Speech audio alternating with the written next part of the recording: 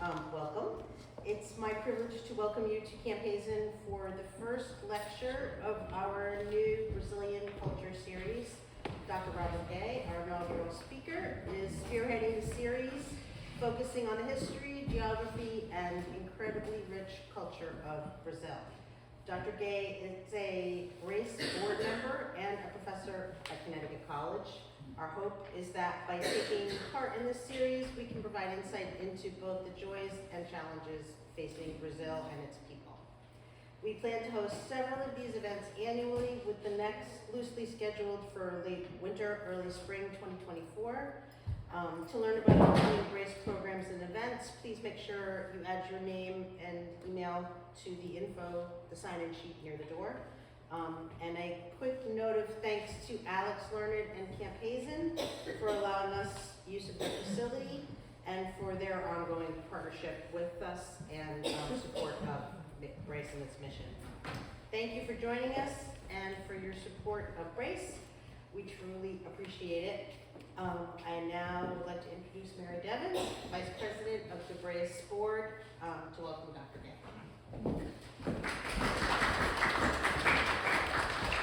Allison and I did not coordinate our remarks, so there might be some redundancy. Anyhow, thank you all for joining us for the very first event of the Brace Cultural Series. I'm Mary Devins, a board member of Brace, and I'm pleased to introduce my friend and colleague, Robert Gay. But first, let me give you a little background. I've known Margot and Richard Calder, who are the founders of Brace, for over 40 years. When Caitlin was a baby, our kids grew up together, and we have remained firm friends ever since those days. When Margot and Richard started Brace, I was delighted to be invited to be part of this board. So in the past years, COVID and unsafe circumstances in Brazil slowed down a bit the work of Brace for a while. But we're back, and we're back with vigor, with new talent and committed new employees and new board members. And Karen Gana has been leading the charge, getting us going in the last year, and we've made remarkable progress. We're going to do really great things, and thank you, Karen. So I met Robert, what did you say, 33 years ago? If you say so. As we were both employed at Connecticut College. Robert was actually my boss once upon a time, and there are a lot of stories that go along with that, but perhaps not for this evening, but maybe after. Oh yeah.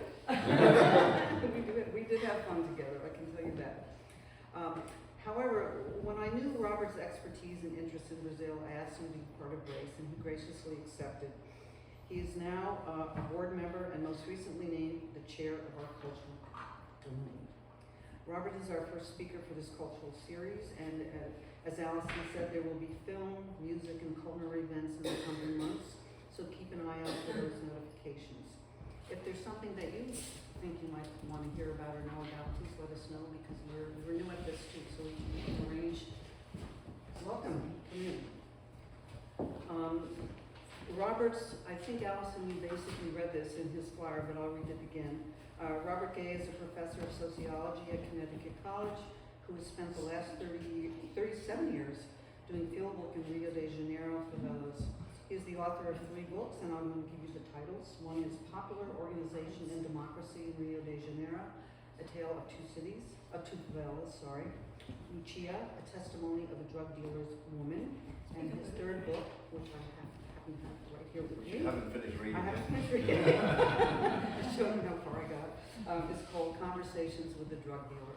And they're actually wonderful books, so I suggest you go online, find them on Amazon, and buy them and read them, because it'll give you a great insight to the kind of work Robert has done. Anyhow, so he has those 3 books.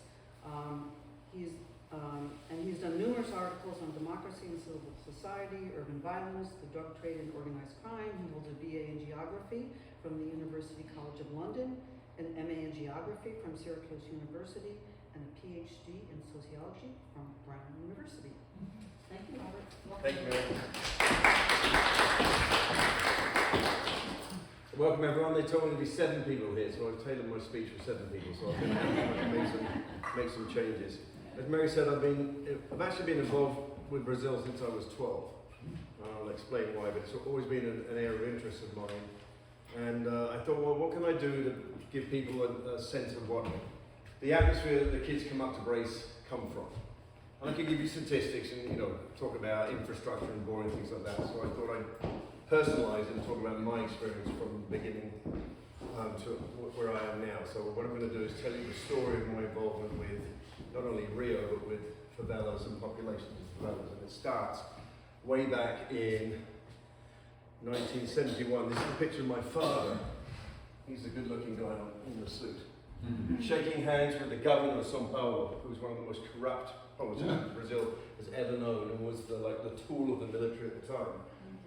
My father worked for an engineering company in England, and they got a contract to dismantle a gas works in England because they didn't need it anymore, ship it down to São Paulo and build it to provide gas for São Paulo. So there was so much business in Latin America in the early 70s that his company, which no longer exists, said, why don't you take your family and take them down there for a year. So I was taken from this small village in East Sussex and taken to São Paulo, went to the English school, and that was really where my interest in Brazil began. This is a picture of us at the gasworks. Who thinks I'm in the white shirt? Green shirt? Dress? No. Actually, I'm in the blue shirt. So that's us standing in front of the gasworks that have been put together by British engineers in São Paulo in 1972. So then I went back to England and finished up my studies. And after I got my BA, I worked as a milkman in West London for 6 months to earn enough money to go back to Brazil and basically hang out. And then I went to graduate school and ended up at Brown. And then in 1986, as part of my program, they said, well, you've got to go and do field work. Obviously, I was going to choose Brazil. And I had a lot of friends at Brown who were going to places like Cleveland and Pittsburgh and LA and Atlanta. And I thought, hell with that, I'm not going to these places. So I chose instead to go to Rio. So this is, how many of you have been to Rio? A couple of you, right? One of them, of course. One of the most, one of the most beautiful cities on the planet if you're in a certain part of Rio. This picture was taken from Margot's summer house, by the way, funded by Brace contributions. So this is obviously Copacabana, one of the most famous beaches in the world. And this part of the city is where all the tourists go, and if you go down there as a tourist, you're basically told, don't go out in this area. There's nothing else for you to see. My father had contact with engineers in Brazil because of his work, and luckily a friend of his sublet an apartment on the most expensive piece of real estate in Rio to me for $1,000 for the entire year. So here I was studying favelas and poverty and misery and drugs and violence, whilst living in this luxury apartment on the beach, looking towards those two mountains or rock outcrops down the end. So that tall building here is the 5-star Sheraton Hotel. And this is one of the iconic beaches of, you stayed there. One of the most iconic beaches and views in Rio. So I was very lucky in that sense. So for the first month, I basically hung out at the National Library, which has since burned to the ground. And I basically, what I had to do was go through microfilms of local newspapers for the past year. Just sat there 8 hours a day, just reading microfilms, trying to figure out what the lay of the land was and who's doing what and what's going on in politics. And taking notes. I still have the notebook from 1986. So I could figure out who I needed to contact so I could get into these places, so I could do my research, which is a difficult thing to do if you're a gringo. It's not the easy thing to do. And those of you who've been to Rio, and this picture is taken from Copacabana. One of the stark things about Rio is the juxtaposition between extreme wealth and extreme poverty. So this is taken from Copacabana Beach. It's not the wealthiest neighborhood in Rio, but it's one of the wealthiest.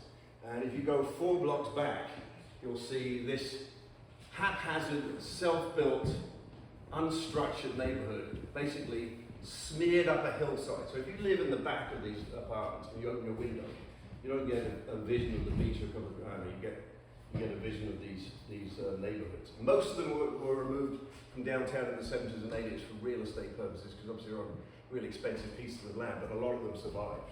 So up to, even today, you can walk from the beach where this is taken, and 4 blocks back, and reach a completely different type of society. And this is a blown up version of that, so that shows you the sorts of neighborhood that we're talking about. So these are plots of land that are usually private or maybe government owned. People invade them, stake out a plot of land, hope the government doesn't push them off, get building materials from wherever they can, put up a house, and get on with their lives. And most of them work downtown in supermarkets or at the Sheraton Hotel or whatever. So I call these 5-star favelas because they're right downtown where all the jobs are. There are a lot worse places than these places. So this really struck me as something really interesting, this juxtaposition of extreme wealth and extreme poverty. But the question was, how was I going to walk into one of these places or get contacts or gain people's trust so I could be able to do research in them? Because at the time, talking 86, the military had stepped down and elections were being held in Brazil for the first time in 30 years. So what my study was, or what my project was to see how favela residents were organizing politically so they could engage the newly democratic state to get things like sewage, electricity, and water provision, because they didn't have any of these things. None of the things. They used to rob electricity from main lines, sewage ran down the hills into the streets, and there was no water. You could run down the bottom of the hill and fill up the container of water and take it up the hill. Yeah. So a quick question, if you don't mind. So for No, context, please interrupt. so when did the favelas start to be built? Okay. Most of the first favelas were built in the early 1900s. Oh, okay. In the downtown era, and it was largely the product of a urban renewal project. So in downtown Rio, there's the Opera House, there's these fabulous buildings, and they were all put up and they tore down working class neighborhoods to make it happen. So people left their homes and had to find some solution. And so they went up the hills where people didn't build their houses and started building. Now once you let that happen, it's like 10 cities in LA or whatever, once you let that happen, people see it as a housing solution and therefore it becomes a self-fulfilling prophecy. Now, most favelas were built from the 1950s on when people came from the impoverished Northeast, which used to be the heart of the Brazilian economy, producing things like sugar and things like that, and they poured down from the Northeast to cities like São Paulo and Rio, and that's where most of these favelas were put up. Okay, so they have a long, long, long history, but I'd say in the last 70 years is when they really blossomed, and they calculate about 20% of the population of Rio, which, depending on whether you talk about the city or the metropolitan area, about 20% of the city of Rio live in these informal settlements. So it's a very, very large segment of the population. And it's not just characteristic of Rio, it's characteristic of most cities in Brazil, characteristic of most cities in Latin America, and most of the third world for that matter. So these are ways in which poor people resolve the issue of housing because they can't afford to live in formal settlements. And for the government, it's like, well, what are we going to do? We can't house them, so we'll just let them build their own houses and fend for themselves.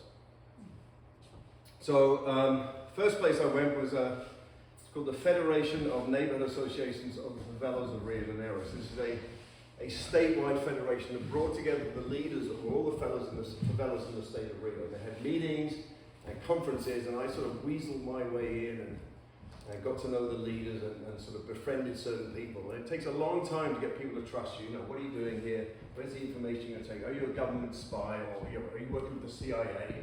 So you basically just hang around all day and just make sure they know you're not going away.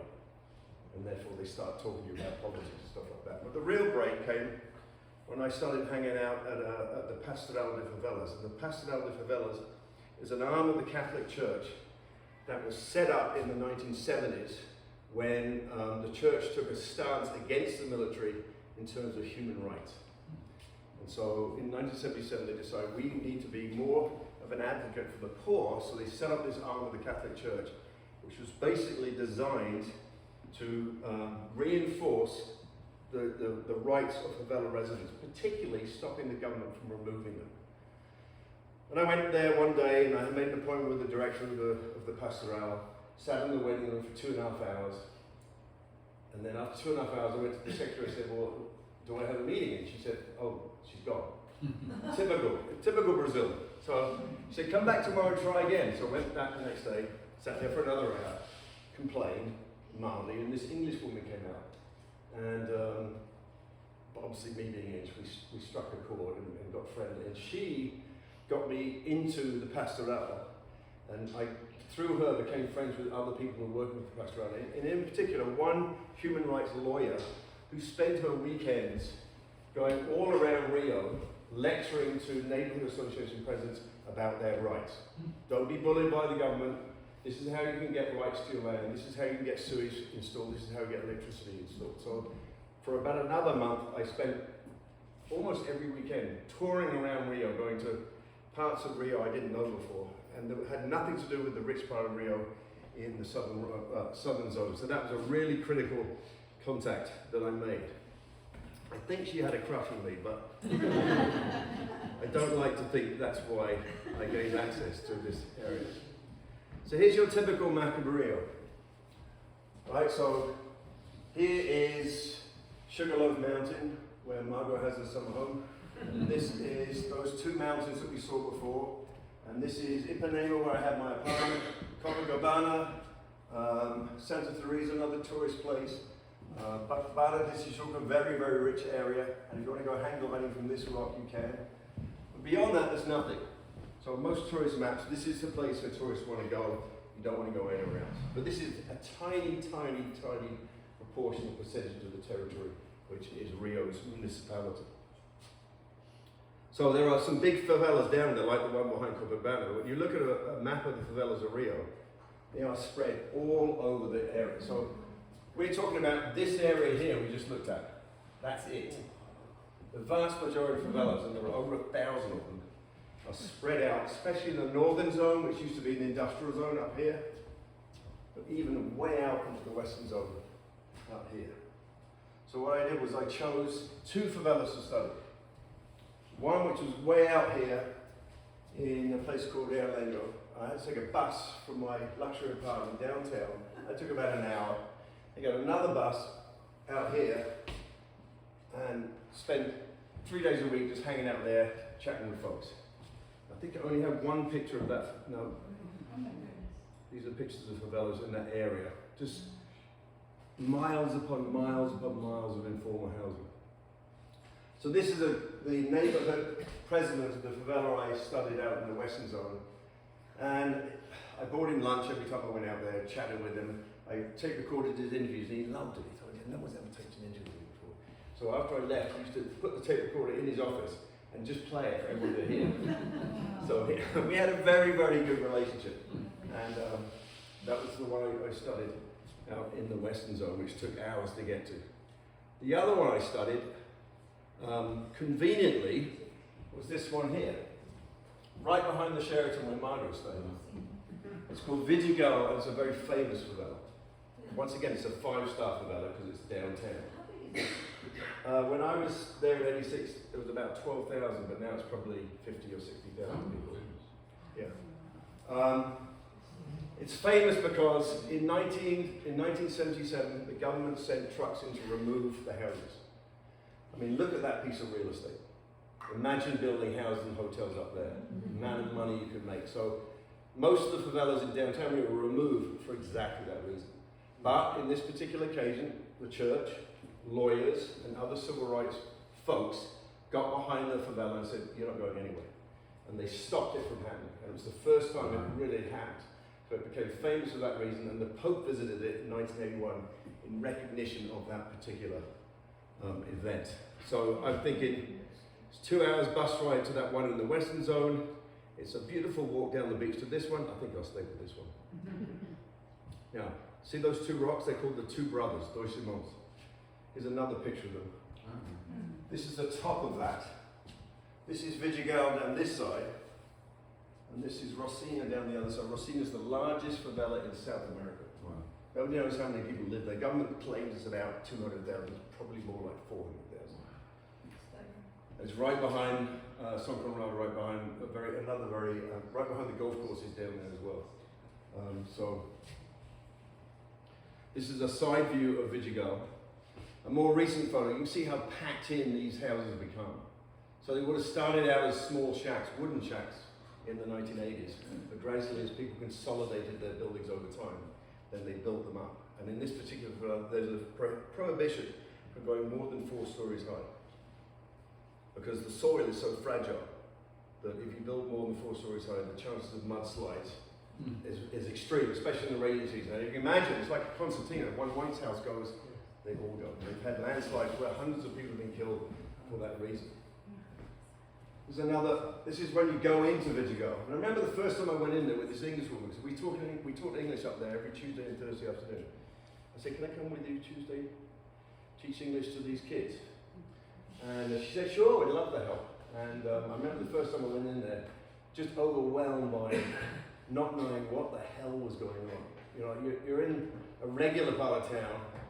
You pretty much know what the rules are and how you should behave. You go to one of these areas, you don't know what's going on. You're completely out of your element. Yeah? I just want to ask you, that'd be helpful to explain to everybody, there are no proper roads in these places. In this one, there's one road. Oh, there is. It goes up this way. These are, by the way, love motels for rich people who take their mistresses. You didn't need to know them, I thought I'd tell you that anyway. So the road goes round here and it goes up there. And so there is a road that goes to the top of the favela, but if you don't live on that main road, you basically have to lug everything up through tortuous alleyways and pathways. Sherry's been up to a house and it's like, it's a trek. So if you're trying to build a house, all that material has to be carried up by someone, and the materials are actually twice as expensive as they are in the regular, because you've got to pay someone to lug them up to your house. So it's an amazing, it's a concrete jungle in that sense. It really is. So that's the way I got into this favela, because I taught English. And when my English friend went on holiday for a month, I said, I'll take over for the month. And that was it. They let me in. They said, okay, we trust you. But it took a long time. Here's a picture of the Pope in 1981. Visiting favela, he left his ring in the chapel. So that was a recognition of the advances that they've made. And these are pictures from '86 that I took. So, you know, not as densely packed as the ones you've seen before. There was still some spaces between them, and most of these houses are single story, but gradually you build on top because your kids live with you, or your grandmother lives with you, or your aunts or your nephews live with you. So it becomes these 4-story compounds. And if you have a little house like this one, and you don't build on top of it, you lose your view. Suddenly your 4-story house is right in front of you in that sense. And there's no zoning, there's no inspection, there's nothing. It's completely unregulated. Here's another one. It's very higgledy-piggledy and haphazard. Some wooden houses still around, and people didn't invest in their houses when the military was in power because they were fearful of removal. So why put money into your house? Once the military left and the chance of removal went away, people started changing their wooden houses to brick houses and investing in How long was the military actually in power for? Was it 64 to about 82, so about 18 years. The wrong way. This is a sewage ditch. So at least in this favela in '86 they had canalized sewage, which means you flush a toilet in the house, it goes out of the toilet into the ditch. And it's on a hill, so gravity takes it out of the favela, and it comes out right next to the Sheraton where Margot's living. So that tan that Margot got wasn't actually a suntan. Now since then they've dealt with a lot of these sewage problems, but back then it was really, and if it rained, it just got even worse. And if you lived in a favela that was flat, as most of the favelas out in the Western Zone were, it just meant it just backed up and flooded into your houses. And all sorts of diseases were prevalent back in those days. Teaching English, I got to know some kids, and I got to know the family. And this is one girl, she would have been 17 at the time. She lived with her mother. She had 2 sisters and 2 brothers, and they lived in a 3-room house, if I remember correctly. The 3 sisters and the mother slept head to toe in one bed. The 2 brothers slept head to toe in another bed. The father slept on the couch. So the kitchen and 2 bedrooms and a small living room. This is the front of the house. But I became very friendly with about 8 kids in that favela and 8 kids in the other one. And when I did a survey as part of my research, and I employed them as research assistants. I paid them minimum wage, and we did a survey of 10% of the voting population of the favela. And so they've become long-term friends, and I'm still friends with them to this day. This is a picture of their kitchen outside their house, very rudimentary conditions. They're all still alive. And that became my first book. So that was published in '94, and it was basically a comparison of these 2 favela neighborhoods, how they organized politically, how they were different, and the impact they had on politics. So that was based on 1 year of field research in 1986. What was the question? Yeah. So, was there much administration of the favelas, some kind of organisation, so there was someone who was in control, maybe some henchmen in control? They had elections. This particular favela had elections every 2 years, and they elected a president and a board of directors. It was very democratically organized That's at this actually time. amazing. It was. And they interacted with politicians. So they made demands to politicians, and the politicians promised them things, and that's how they got stuff done. But it was very internally democratic and organized at the time, but things were about to change. Now, because I lived in this very, very rich neighborhood, I had some very rich friends. And in particular, I had 2 Italian friends who'd retired. I think he was in the oil industry, and he'd retired to Rio. And he was a huge partier. And so on the weekends, I had no money. I paid $1,000 for rent. I had $2,000 to last me the whole year in Rio. And because I didn't want to put it in a bank account and it would devalue, I got my mother to sew it into my Y fronts. And then I flew down, this is serious, and then I hid it in my apartment room. But I was always suspicious the maid was going to find it. So every time I came back from the field, I'd look around and search and find it and hide it somewhere else. Of course, I'd forget where it was. Anyway, so on weekends, they'd take me to these nightclubs, and this one was called the Hippopotamus. I don't think it's there anymore. And it was where the richest people in Rio would go. Oh boy, tell us about it. Well, everyone knows who that is, right? Pele. That's Pele. I wasn't there that night, but apparently he used to go there a lot. You go down to these. You go to this night. You wouldn't even go there till 1 in the morning. You go down into the men's bathroom, and all you could hear was people sniffing. And I'm like, nice, must be a COVID or something, but it's not. They say that 1986 was Rio's first white Christmas, and it was because cocaine was beginning to enter the scene. And cocaine was flooding in from Bolivia and Peru, and it was mainly being shipped out to the United States, where all you guys were doing it. But there was also a lot of local use as well. So literally, these people would be flying high till like 6 in the morning. And I'm sitting there, I didn't do any. I'm sitting there watching this video. Where is this coming from? What impact is going to have? So this was the beginning of the change for me. When I left in '86, I realized things were going to change. Back to this hill. So 1989, I got back down there again for the first. I had young kids. Did I? No, not yet.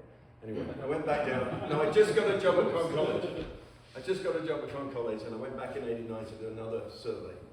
And I said to my friends, I want to go to the top of that hill. I really do.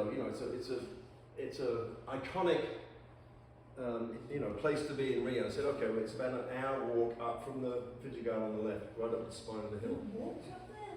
We walked up there, Margot. There's no other way getting up there, believe me. Anyway. Well, clearly it's not the front end there. No, the back end, that's right, the back end.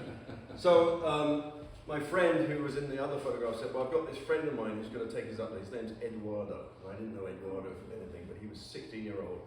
16-year-old. So me, 2 of my friends who worked with me before, and Eduardo, started walking up the spine of the hill. We got about 300 yards up, he brought out this massive joint, and they were all going, smoking away. I was like, I'm very uncomfortable with the situation. Not that I'm a prude or anything, but I was out of my element. Then about another 300 yards out, he brought out a bag of cocaine. And they were all snorting away. Then we got to the top of the hill, and he got out his gun. And then I got really worried. And they were taking turns going, pow, pow, pow, shooting the gun in the air. He was a drug dealer. He was part of the drug gang that sold drugs to rich people in the nightclubs of Rio. And I'm like, get me out of here. They were completely stoned, distracted, so I think there's a picture of me At up least there. it didn't jump off the hill. No, so this is Eduardo and Lucia, my friend, necking, looking over the rich part of Rio at the top of this mountain. And this is me looking very worried.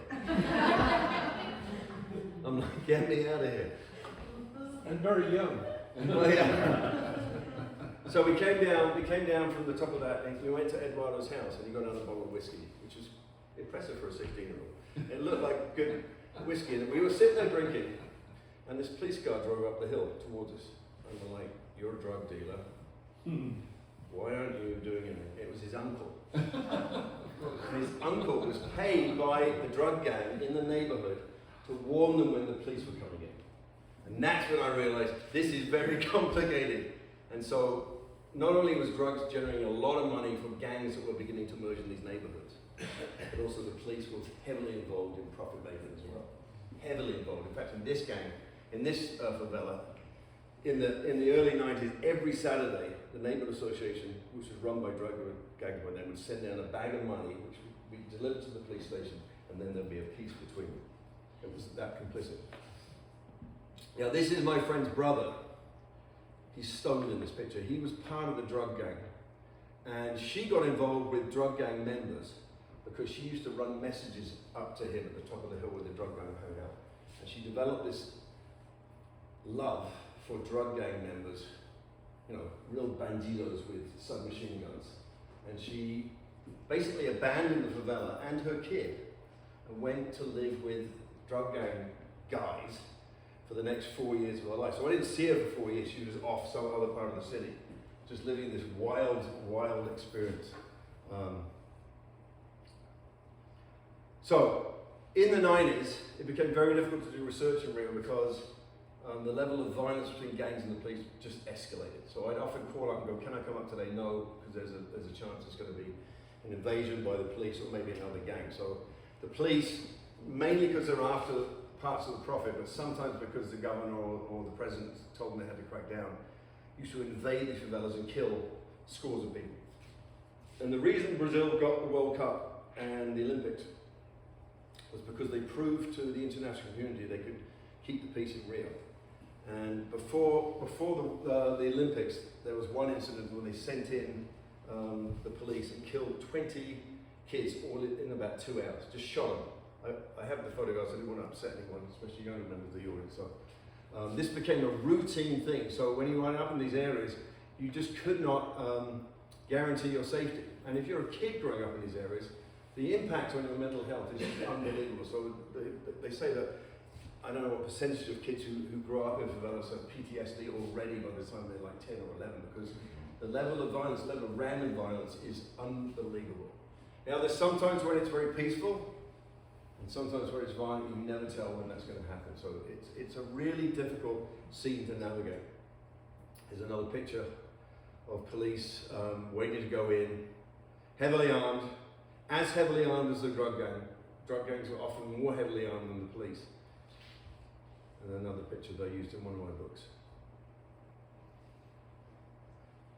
And this is what it's all about, cocaine. And you could buy, as I'll tell you can buy cocaine in Bolivia for $2,000 per kilo, sell it in Rio for $5,000. So the markup was so high that it was a business that people would take the risk to do. Here's a picture of heavily armed drug gang members patrolling favelas. You walk around favela, a regular neighborhood, most people are working class people, you know, go back to this, you run into someone with an Uzi, like, it's very, very unsettling. And obviously a lot of deaths involved with that. Fast forward to 1999, I'm looking older now. That's me in the middle. This is the young lady who was in the photograph before. So she came back to her family. Most of her friends had been killed. She got tired of drug gang life. She was now in her late 30s. And I was thinking, how can I write about this stuff? I can't write about it in the usual academic way because none of my friends would talk to me. They were afraid that if they told me what was going on, then the drug gang who controlled the favela would find them out and they'd be assassinated. But she was willing to tell me her life story. So I went down in 1999, I think it was about 7 times, and did 25 hours of interviews with her about how she got into the drug gang, what her life was like in the drug gang, and then how she got out in the end. And that became my second book. Lucia Testament is a Brazilian drug dealer's woman. So basically it's an account, in her words, about what it was like to be a young woman who fell for these incredibly violent men who for the most part met their death either by rival drugs or the police in that sense. Now, so this is These are two of my best friends who went up the top of the mountain with me. That's her daughter, and then this guy was there. When I got there in 1999, this guy was there, and she told me that he'd just been released from prison that week. He'd been arrested for drug trafficking and was sentenced to 8 years in Brazilian prison. And she visited a brother who was also in prison, and they fell in love in prison. It was a fantastic romantic story. So he's there, and I'm there, and I'm interviewing his wife. They weren't married, and you know, we disappeared up to a bedroom for a couple of hours so I could interview him. I'm thinking, what's he think going on? But he was very nice, and I spoke to him for about 45 minutes because she told me to go and talk to him. And I interviewed him about what prison is like. Because prison is full of drug dealers and it's full of gang members. And he talked to me for about 45 minutes, which is also part of Lucy's book. But after that, the next day, he shut me out. I think he realized, who is this guy? How can I trust him? And so he wouldn't talk to me about anything. I prodded him, I said, come on, tell me more. This is fascinating stuff, I want to know. Nobody knows about what life's like in prison. He just wouldn't talk to me. Until 7 years later. So I used to go down there at least twice a year, just hang out with the family, go downtown with them, go to the beach. 7 years later, he said, I'm ready to tell my story. I didn't prompt him, he just said, I'm ready, let's go. So I went down another 7 times, and we started talking about his life. And he wasn't from a favela, he was from the Northeast. He joined the Navy at age 18 in the Northeast, because he wanted to get out of his little life on the farm. And he was trained in the Northeast for, that's him on the left, trained in the Northeast for a year. That's him front and center. He gave me all these photographs. And he was in the Marines. And he was born in Recife up here. And then he was trained in Rio, where he met, he was trained in Rio. And then he was sent to Corumbá, which is on the border of Brazil and Bolivia. Brazil has 7 Navy bases. One of them is inland. But figure that out. Because there's a huge freshwater river system there called the Pantanal. And they have boats on the Pantanal that are designed to police the border between Bolivia and Brazil to stop drugs coming across. That's their main point. So he's sent there, and he's doing his job, and he realizes all his mates have got jet skis, cars, houses, businesses. They're all making money on drugs. The Navy was intimately involved with shipping drugs from Bolivia down to places like Rio. So he got involved as well. And for 8 years he ran a business. He'd go over to Bolivia, meet some Bolivian guy who'd sell him cocaine. And it was usually, as I said, $2,000 a kilo. And then he'd arrange for either him to drive it or someone else to drive it in what's called a cofofo, which is a hidden compartment in a car that you sort of tunnel out and weld, and then deliver it to favelas in Rio, and you could get $5,000 for it. So he ran this business for 8 years, making money off shipping cocaine. And he said all of his mates were doing it. They were all doing it. And nobody knew about it. This is the entrance to the Navy base. This is an example of one of the ships they use. They're usually ships that the US have decommissioned. So they buy old ships from the US Navy and plonk them in the middle of the Pantanal. This is the border with Bolivia. And no one stops you. There's no fiscalization at all. It's completely open. Anyway, he was arrested in Rio. He said it was his final deal. He was going to send it to Italy because you could buy it in Bolivia for $2,000 a kilo and sell it to Italians for $25,000 a kilo. And he found someone who was on board a cargo ship who was willing to take the cocaine across to Italy and sell it, and he'd get out of the business and get sick. Police, for whatever reason, bust in, arrest him, and he's sentenced to 8 years of prison. So then he goes, the first few years, which are the really interesting ones, he gets sent to one of the most notorious prisons in Latin America, which is on this island of Ilha Grande, Big Island, which is about 90 kilometers southwest of Rio. Have you been there, Margaret? Yeah. Right, it's an eco-paradise. It's full of gringos, who, there's no cars on the island, there's one truck. And there's all these posadas and beautiful organic, it's fantastic. But on the other side of the island was this really, really nasty prison where all the members of these gangs were sent. I managed to get a picture of the prison when it was opened in 1942. That's the original edifice. And this is a picture in 1993 when it was almost falling to pieces. And he was sent here and he made friends with the leadership in this prison. He was actually allowed to go out fishing every day, which was very rare, because he was a trusted prisoner and he was in the Navy. They sort of gave him sort of a status above other prisoners.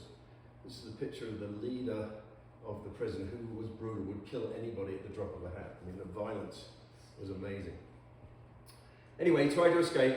The escape failed, and that meant he couldn't get conditional release. And then finally, the prison was shut down in '94. This is a picture of the prison being blown up, detonated, because it came out in the press that the level of corruption in the prison between the guards and the prisoners was just getting out of hand. So they decided to knock it down. Then they constructed a bunch of US-style prisons in one neighborhood in Rio to keep all the prisoners in one area. And he spent the next 5 years going from one prison to another, and actually became leader of a prison for this organized crime operation, where he was in charge of 1,200 men, the life and death of 1,200 men. And here's a typical Brazilian prison. That's a good one, actually. That's a 5-star prison. That's another one. And many of these prisons, the space is so small you have to take turns standing up and sleeping. And they're constantly criticised by Human Rights and Human Rights Watch, but never anything's done about it. And all these prisons are organised by gangs. So there are 3 main criminal factions in Rio. The CV is the Red Command. The TC is the Third Command. There's another one called Friends of Friends. So if you're arrested in a favela, they'll send you to the prison that is controlled by that faction, even if you're not part of the faction. So maybe you stole a bicycle and you're arrested. So okay, you live in this favela, which is run by that organization. We're going to send you to that prison. So the Rio prison system is actually 3 prison systems, because every time you mix people from different factions, they cut each other's heads off and burn bodies. So he became part of that prison system for a few years. Now the good thing about these gangs is because the police don't go into the favelas, there's no law and order as we'd understand it. It's the law of the strong man. And so to a certain extent, these organizations can keep the peace. So if you rape someone in a favela that's run by one of these organizations, they'll punish you, often by death. If you rob someone, they'll punish you. And so they're the ones who impose law. But there's no jury, there's no appeal, right? You're subject to their authority, but they do control what goes on in these areas. But in terms of the police or in terms of the law, forget it. Absolutely forget it. So just to finish up, this is, he had 2 kids when I was interviewing him, so we had to bribe them. So we get to play video games for like 2 hours, which is probably not good for their sanity or development. And then they come out, we'd have to stop, and then we take them for ice cream and bribe them again. So I did about 26 hours of interviews with Bruno, and that became my 3rd book. Now, the best thing I did with him is I went back to Ilha Grande where he was in prison. It was 20 years after he was taken there on a prison boat. We took a trip to go back. So that's Vila de Abreu, I think, which is the touristy area of the island. The prison is about, 7 kilometers over the top of that ridge. So we went over there, and it's now become a museum. Even though they demolished most of it, the front of it was left up, and it's now a museum. We went into there, and there was a tourist guide there with some students, and they're going, "This is where they made the food." And my friend Bruno said, "No, that was for bread." And they said, "Well, how do you know?" So I was here for 2.5 years, sunshine. And we met the guy who used to be in charge of prisoners who went out fishing. This is 20 years after he'd been released and left. I remember we cycled there, and he went up to this guy. He's actually a famous prisoner. He was in for murder originally, but then after 30 years he was released. He went up to him and said, "Do you remember me, Bruno?" And then finally he remembered who it was, and it was like an amazing experience. So we spent the day there. And then the next time we went to the border with Bolivia to see where he was stationed with the Navy, to revisit old haunts. We found the house he bought with drug money. Of course, when he was arrested, he couldn't claim it was his house because it wasn't his name because it's illegal. So he lost that. We found the hotel he bought, and he bought this hotel so that when Bolivians came over with cocaine, he could put them up in the hotel. And it was right next to the federal police station. It was amazing. Safest place to be, exactly. And that was the subject of that third book. So, you know, the last 37 years, I've done most of my research in one area, but the developments and the things that have happened in those areas have allowed me to get into other types of topics and things. And the final slide, so 3 years ago, this appeared on Facebook of all things. And my friend had died. And I called up and said, what happened? And he had respiratory problems, and he basically had heart failure. And that was it. So, tragic. He was 50 years old. 50 years old, because in a lot of these areas, the quality of the air and the quality of the water is so bad that it's, you know, life I'm expectancy. sure the drugs didn't help either. No. He never did drugs, he told me. I don't remember. I don't really. And this is the last picture I'll show. This is of his wife, my friend. I guess it's her 49th birthday. On top of that same rock that we visited. So she's still going strong. She's still going strong. And that's it. Questions? You go on too long.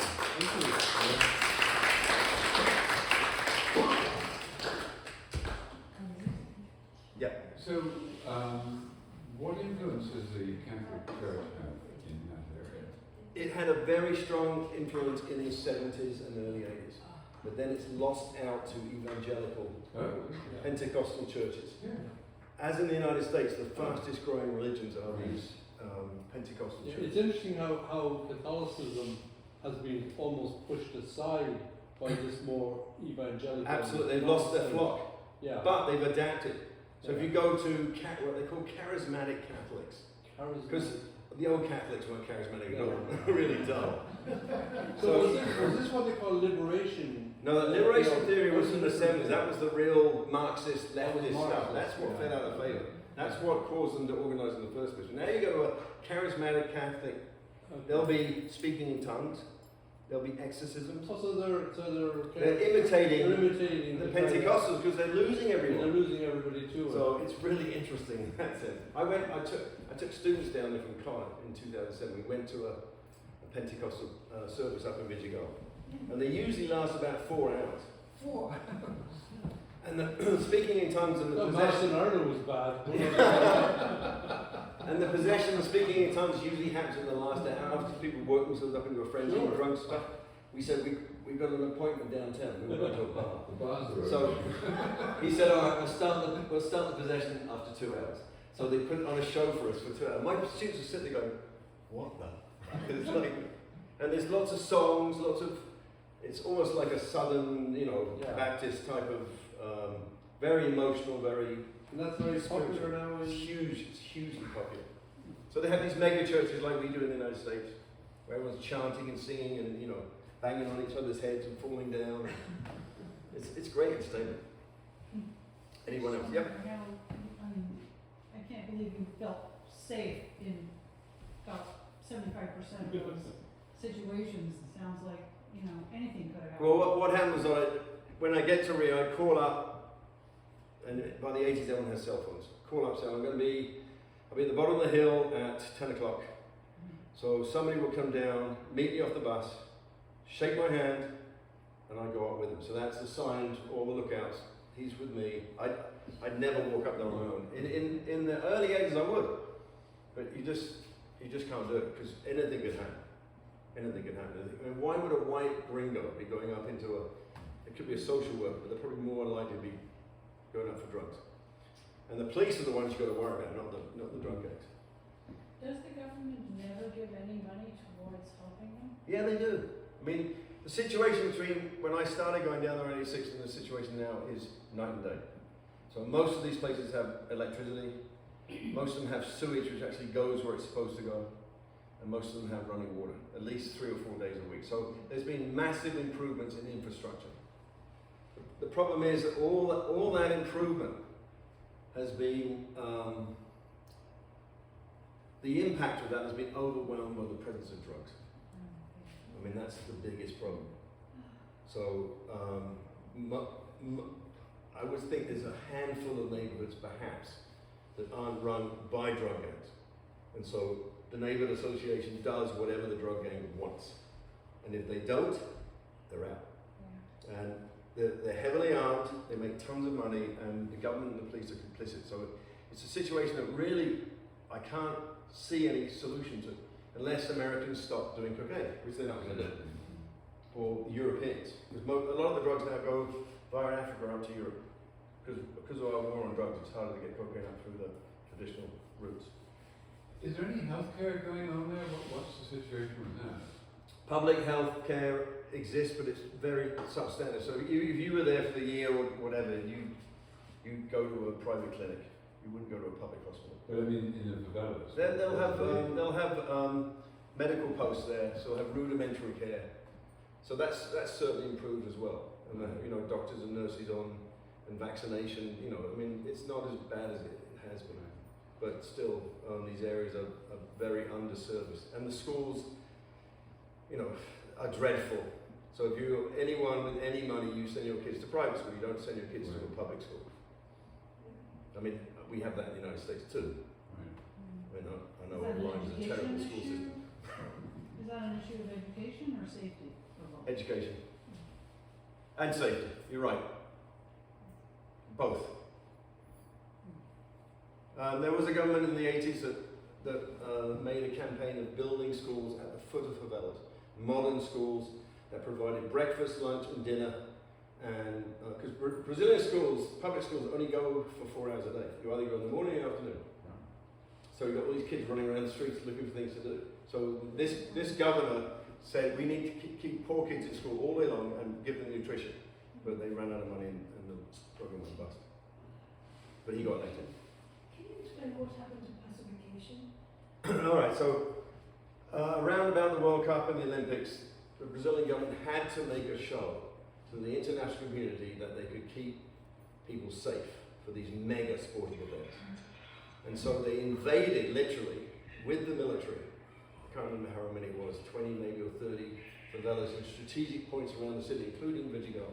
They sent the military in tanks and 300 troops to drive the drug gangs out and establish permanent police presence called community policing.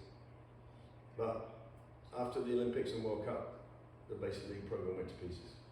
Did they ever come back again? And the drug gangs came back in. They just waited until the police went and the drug gangs came back in. So it's, at the time it was hailed as an amazing solution, but now there's virtually no evidence of it being still there. Would you say that the most dangerous aspect of urban life is drug-driven, or is it crime and theft and all that kind of stuff like that? Because I can No, it's violence between gangs and other gangs and gangs and the police. So if you're like a regular person, the biggest danger is being caught in a crossfire. Yes. But you're not likely to be targeted per se. No. And if you don't do drugs, nobody cares about you. You just live your life. You Live your life. go to school, you go to work, you come back So home. you could sort of live and if you were assaulted, would you go to the drug gang and say, you're the police, Yep. this guy attacked me, do something, and they would do something about it? Yep. You certainly wouldn't go to the police. You wouldn't go to the police. Interesting. So in a way, it almost works. It works when there's a strong leader who's reasonable in charge. But all these gang leaders have different personalities. It's like some of them are real bastards Yeah. and indiscriminately kill people. Yeah. Cut them up. You've all seen City of God probably, or something like that. They'll cut people up. My friend's brother was put in charge of cutting up bodies. He didn't last very long. They put him in charge of selling cocaine, but he's an addict, so he used to snort all the cocaine. And then they called his mother to pay off the debt. I mean, you don't want to fall foul of these folks because there's no jury, there's no trial. It's their law. Now, if you live in a favela where it's orderly, it's fine. But if another gang comes in, Mayhem. it's mayhem. And why would they come in? They come in because they want to control the territory, which gives them more ability to sell drugs. And as I So- yeah, This is being repeated in Mexico and Acapulco. Central America, everywhere. Ecuador is the newest one, Yeah. and it's all centered around prisons. So most of the orders about what drug gangs do in these neighborhoods come from inside the prison. Wow. So when you, as I said, when you're arrested, if you're arrested and you're part of a neighborhood, you go into that prison, and most prison systems in Latin America don't provide things like food, sheets, adequate. So where do you get them from? You get them from the drug gangs, which reinforces your loyalty to those drug gangs. Wow. So it's a self-serving prophecy. And so when they come out of prison, who are they grateful to? They're grateful to the gangs that kept them alive. But then on the other hand, there's very wealthy people in Rio de Janeiro and in Brazil in general, Yeah, and they just live in their gated communities. gated communities. They live in Tijuca, which is that neighborhood up the coast, and they all increasingly live in gated communities with, you know, With armed. barbed wire and armed guards, and sounds like America. Yeah, well, there's similarities. Yes, ma'am. So Grace brings a few of these beautiful, intelligent Mhm. teens here. What is the hazard or appeal to them to get pulled into this drug culture? It's the same in the United States. You're a teenager, you're at school maybe half the day, you have no status, you're looking for a means to make a name for yourself. And so what does a drug gang offer you? Offers drugs, guns, and status. Right? You're a 16-year-old running around favela with an Uzi. People respect you. Women respect you. So my friend got involved with all sorts of these guys because she just loved them because they had guns. No one was going to touch her or rape her. So, I mean, it's no different from using inner city America getting involved with gangs. It's like, what are they going to hope for? And even though, you know, the lifespan of a drug gang member is very short, expectation is, in fact, they say it's prison, favela, death. That's the expectation. But if you're, as I said, a poor youth, no opportunities, no prospects, why wouldn't you involve yourself in this sort of way? How are Sadly. NGOs or non-government organisations been active? Since the end of the dictatorship. Yeah. And they do the best they can, and they do some really good things, but you know, they're not in charge of these areas. So they have to watch their, you know, what they say and they do. But the drug gangs like them because they make life better for people who live in these areas. So there's sort of a symbiotic relationship between them in that sense. So what Brace Brazil does, I'm sure that in that favela, everyone knows what's going on. They think that organisation is doing really good work, so they're not going to touch them. They're not going to touch them. So what is your next area of study? Retirement. I'm too old to be running around these areas. It's, you know, it was fun when I was fun when I was 40, but it's not fun anymore. Were you afraid? No, All these areas you were going to when you were a kid, basically. Were you terrified? no, because I was always with someone who would protect me. I mean, there were a couple of times when the police came in, I was a little worried. But when I was writing the book about Lucia, she took me to see a friend. We went into a neighbour's house, and the woman said, "Who's he?" And she said, "Oh, he's a friend of mine. He's writing a book about me." And she was the wife of the guy who ran the drug gang. And I'm like, Jesus Christ, you should have told me that before. I mean, she said, "Make sure you tell the truth." So, if you're known, you're not going to get touched. Well, that's how we were when we went around in Mecca. Right. They're not going to touch him, or people with him. But you could randomly get caught up in violence. I mean, it's possible. Stray bullets kill people all the time. Stray bullets kill people in Copacabana. They open their window and they get shot because they're right next to a well, so. They're doing new window. No, your window. It happens in New York and Philadelphia. Yes, So ma'am. do you think there's some like respect for what Brace is doing and for getting these like some of the gangs respect that there's an organization trying to get these kids out? Yes. They have a bigger vision, they have a bigger perspective, they understand this is Yes. not a great place I to can be. only imagine they think the Brace is doing a good thing. It's not for them, but these kids, But you know, they're any kid who can get out of there and make a better life, I think they'd be You're totally respectful of respectful. Absolutely. You know how I see it? I see our job as being a mouse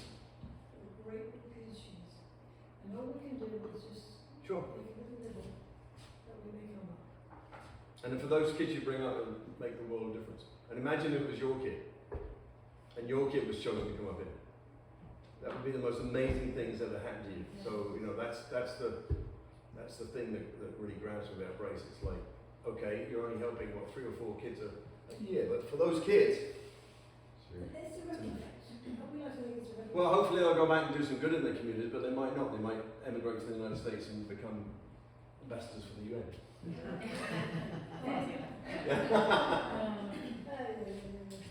Anything else?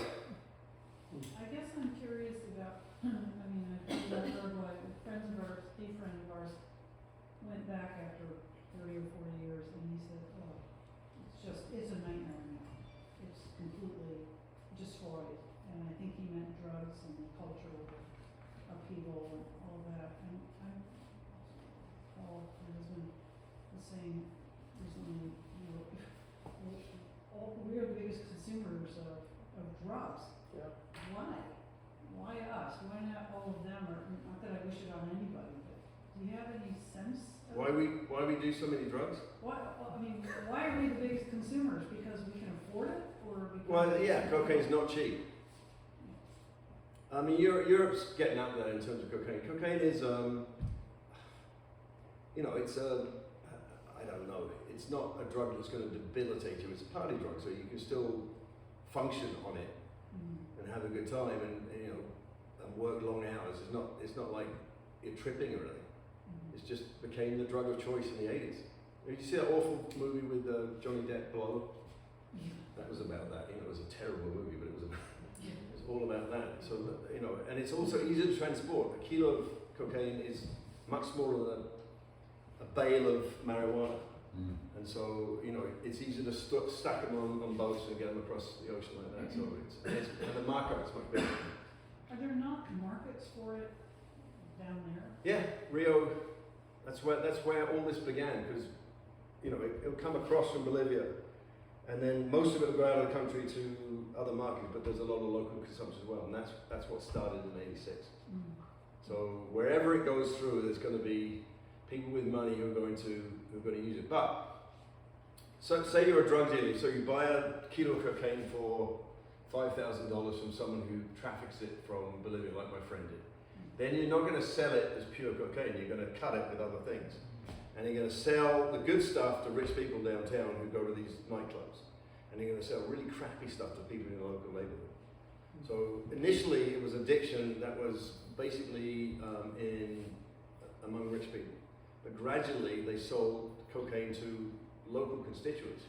So the problem with addiction is very, very widespread. But they be buying cocaine that's much cheaper, and maybe 10% pure cocaine and 80% talcum powder or something else, or cheese or whatever. Well, whatever you can mix it with, right? So it became a really, really big problem. But that's not just Brazil. That's also Europe is a big source of consumption now.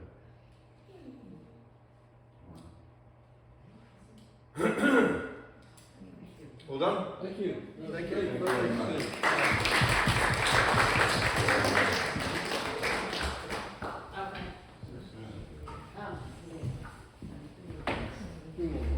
Margot wants me to thank everyone, and thank you, Robert. Thank you. And please help yourself to wine and cookies and water.